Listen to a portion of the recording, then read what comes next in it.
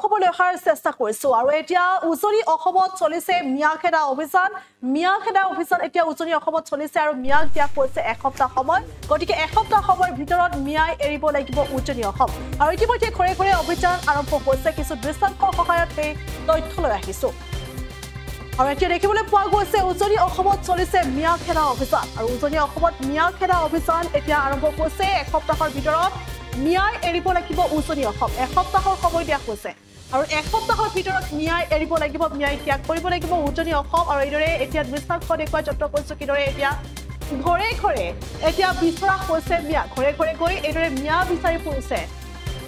আৰু এই দৃশ্য দেখুৱাই যত্ন কৰিছো আৰু দৃশ্য হৈছে নাজিৰাৰ আৰু এইদৰে আটাচুৱে ঘৰে ঘৰে গৈ সন্ধান কৰিছে মিয়াৰ আৰু এক ডাঙৰ খবৰ বুলি ক'ব লাগিব কিয়নো এতিয়া মিয়াক বিচাৰি বা এতিয়া মিয়া খেদাৰ অভিযান এতিয়া আৰম্ভ হৈছে উজনি অসমত মিয়া খেদাৰ অভিযান আৰম্ভ হৈছে আৰু এইদৰে ঘৰে ঘৰে মিয়া বিচাৰি ফুৰিছে আটাচুৱে আৰু এইদৰে এসপ্তাহ সময় দিয়া হৈছে আৰু এসপ্তাহৰ ভিতৰতে মিয়াই ত্যাগ কৰিব লাগিব উজনি অসম আৰু এইদৰে শিৱসাগৰ নাজিৰাৰ বালিঘাটৰ পৰা আটাচুৱে আৰম্ভ কৰিছে মিয়া হাটাও অভিযান আৰু শিৱসাগৰ নাজিৰাৰ বালিঘাটৰ পৰা আটাচুৱে এতিয়া আৰম্ভ কৰিছে মিয়া হাটাও অভিযান বালিঘাটৰ অলিয়ে গলিয়ে মিয়া লোকক বিচাৰি এতিয়া সদৌতাই আহোম ছাত্ৰ সন্থাৰ সক্ৰিয় দল এতিয়া সদৌতাই আহোম ছাত্ৰ সন্থাৰ এই দলটোৱে সক্ৰিয় সদৌতা দেখিবলৈ পোৱা গৈছে আৰু শিৱসাগৰ নাজিৰাৰ বালিঘাটৰ পৰা এইদৰে আটাচুৱে আৰম্ভ কৰিছে মিয়া হাটাও অভিযান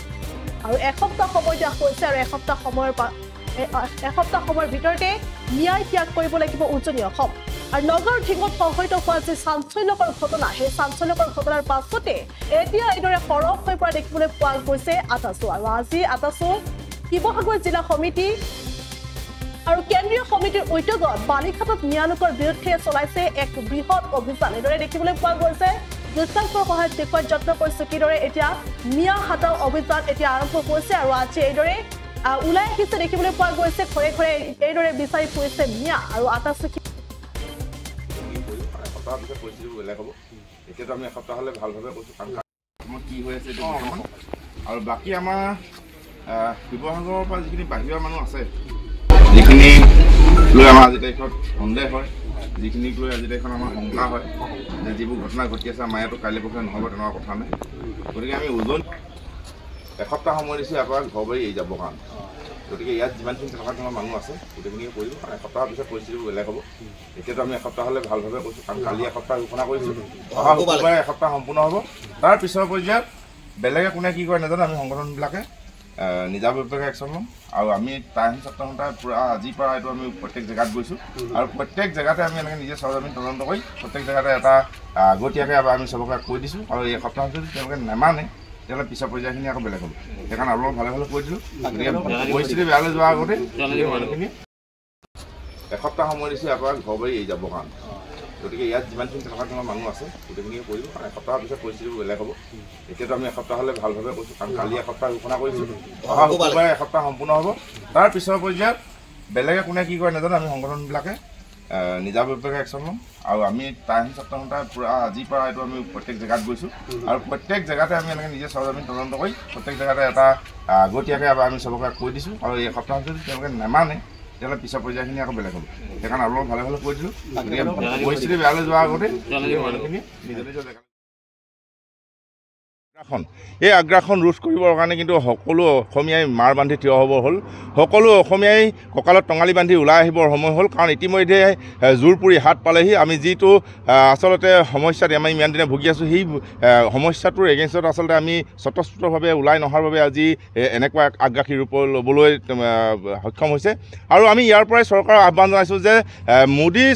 মোদী ডাঙৰীয়াই প্ৰথম শাসনত লোৱাৰ আগতেই তেওঁ কিন্তু এটা কথা উল্লেখ কৰিছিলে যে তেওঁ চৰকাৰলৈ অহাৰ আগতেই বিজেপি চৰকাৰ অহাৰ ছমাহৰ পাছতেই আচলতে সমূহ বাংলাদেশী মিয়াই আচলতে টালি টোপোলা বান্ধিব লাগিব বুলি কৈছিলে কিন্তু তেওঁৰ সেই প্ৰতিশ্ৰুতি আচলতে এতিয়া অসাৰ হ'ল তেওঁ সেই প্ৰতিশ্ৰুতি এতিয়া ধোঁৱা চাঙত উঠিলে গতিকে আমি পুনৰ ইয়াৰ পৰা আহ্বান জনাম যে তেওঁ অতি শীঘ্ৰে এই প্ৰতিশ্ৰুতি পূৰণ কৰক যিহেতু ইতিমধ্যে আপোনালোকে দেখিছে যে যোৱা পৰহি যিটো ঢিঙৰ কাণ্ড হ'ল আৰু আচলতে এইটোৱে প্ৰথম ঘটনা নহয় এনেকুৱা অসংখ্য ঘটনা ঘটি আছে অসমত আজি কিছু বছৰৰ আগতে অনিমা বৰা নামৰ এগৰাকী শিক্ষয়িত্ৰীক আচলতে স্কুলৰ পৰা উভতি যোৱাৰ সময়তেই কেইজনমান এনেকুৱা দুষ্কৃতিকাৰীয়ে তেওঁক বলাৎকাৰ কৰি হত্যা কৰিছিলে আৰু ইয়াৰ পিছতো ধিঙৰ কাৰ্যটোলৈকে আচলতে বহু এনে ঘটনা ঘটি গ'ল কিন্তু আইনৰ সোপাধিলা আইনৰ কাৰণে আচলতে তেওঁলোক বাৰে প্ৰতি হাৰি যাবলৈ সক্ষম হৈছে আৰু এই ক্ষেত্ৰত আচলতে আমাৰ নিজৰ মানুহখিনি অসমীয়া খিলঞ্জীয়া মানুহখিনিৰ আচলতে যথেষ্ট ভুল আছে এলেহুৱা প্ৰকৃতিৰ আমাৰ খিলঞ্জীয়া মানুহখিনিয়ে কাম কৰিবলৈ এই মিয়াসকলক গাঁৱে ভূঞে বিভিন্ন কাৰ্যত লিপ্ত কৰোৱাৰ বাবে আচলতে তেওঁলোকে সুবিধা পাইছে গতিকে আমি সমূহ অসমবাসী ৰাইজক আমি আহ্বান জনাম বিশেষকৈ উজনি অসমৰ ৰাইজক আমি আহ্বান জনাম যে তেওঁলোকে নিজৰ কাম নিজে কৰিবলৈ আৰম্ভ কৰক কাৰণ আমি ইতিমধ্যে এসপ্তাহৰ সময় বান্ধি দিছোঁ অহা শুকুৰবাৰে আমাৰ চৰম সীমা আমি বান্ধি দিছোঁ অহা শুকুৰবাৰৰ ভিতৰত যদি যিসকল সন্দেহযুক্ত যিখন মিয়া বাংলাদেশীয়ে যিসকল ইয়াত বিভিন্ন কামত নিয়োজিত হৈছে বিভিন্ন ব্যৱসায় বাণিজ্যত তেওঁলোক নিয়োজিত হৈছে এইসকল ইয়াৰ পৰা টালি টোপলা বান্ধি ইয়াৰ পৰা প্ৰস্থান কৰিব লাগিব অন্যথা আমি সদৌ টাইম ছাত্ৰ সন্থাৰ লগতে অন্যান্য যিসমূহ দল সংগঠন আছে সকলোৱে আমি একেলগে থিয় হৈ ঐক্যবদ্ধভাৱে এইসকলৰ বিপক্ষে আমি থিয় দিম আৰু আমি নিজেই আচলতে প্ৰয়োজন সাপেক্ষে জাতিৰ কাৰণে আমি আইন হাতত তুলি ল'বলৈ বাধ্য হ'ম আৰু বিশেষকৈ শিৱসাগৰৰ লগতে উজনি অসমৰ বিভিন্ন ইটা ভাটা বিভিন্ন ফেক্টৰী আৰু অন্যান্য বিভিন্ন কামত আচলতে নিয়োজিত কৰি ৰখা হৈছে এই সন্দেহযুক্ত ব্যক্তিসকলক গতিকে আমি মালিক পক্ষকো আমি আহ্বান জনাম যেন তেওঁলোকে নিজৰ যিসমূহ কাৰ্য আছে যিসমূহ কাম কাজ আছে সেই কাম কাজসমূহত এই ব্যক্তিসকলক এই সন্দেহযুক্ত ব্যক্তিসকলক যাতে তেওঁলোকে নিয়োগ নকৰে আৰু যিসকল খিলঞ্জীয়া আমাৰ অসমীয়া বা জ্ঞাতিয়ে তেওঁলোকক ভাড়াঘৰৰ পৰা ব্যৱস্থা কৰি তেওঁলোকক থকা মেলাৰ যি সুবিধা কৰি দিছে বা খেতি পথাৰৰ পৰা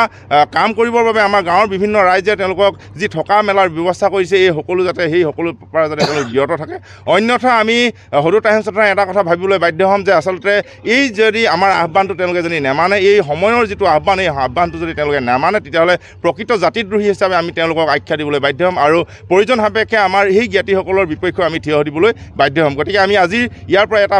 চৰম আমি বাৰ্তা দিব বিচাৰিছোঁ যে অহা এসপ্তাহৰ ভিতৰত সকলো সন্দেহযুক্ত বাংলাদেশী মিয়াই ইয়াৰ পৰা টালি টোপলা বান্ধিব লাগে আৰু লগতে আমি দেশীয় হওক বা বহিৰাষ্ট্ৰৰ পৰা প্ৰব্ৰজিত যিসকল অনা অসমীয়া হওক এই অনা অসমীয়াসকল আমি সতৰ্ক কৰি দিব বিচাৰিছোঁ বাৰে প্ৰতি অসমীয়া খিলঞ্জীয়া অসমীয়াৰ স্বাভিমানত কুঠাৰঘাত কৰি থাকিব আৰু সেয়া আমি মানি চলিম সেয়া কেতিয়াও হ'ব নোৱাৰে গতিকে আমি সদৌ টাইম ছাত্ৰ সন্থাই আজিৰ পৰা আমাৰ শিৱসাগৰৰ বিভিন্ন প্ৰান্তত আমি নিজে স্বজমিন এটা তদন্ত আমি আৰম্ভ কৰিছোঁ আৰু বিভিন্ন ঠাইলৈ আমি অহা এসপ্তাহৰ ভিতৰত আমি বিভিন্ন ঠাই পৰিভ্ৰমণ কৰি আমি গোটেই ঘটনাৰ বুজ ল'ম আৰু খুব সোনকালে আমি আৰু 2টা দিনৰ ভিতৰত আমি এটা হেল্পলাইন নাম্বাৰ আমি ঘোষণা কৰিম আৰু অন্যান্য যিসকল খিলঞ্জীয়া ৰাইজ আছে অনা অসমীয়াৰ পৰা তেওঁলোকে যিসমূহ সমস্যাৰ সন্মুখীন হৈছে এই গোটেই সমস্যাবিলাক আমাৰ লগত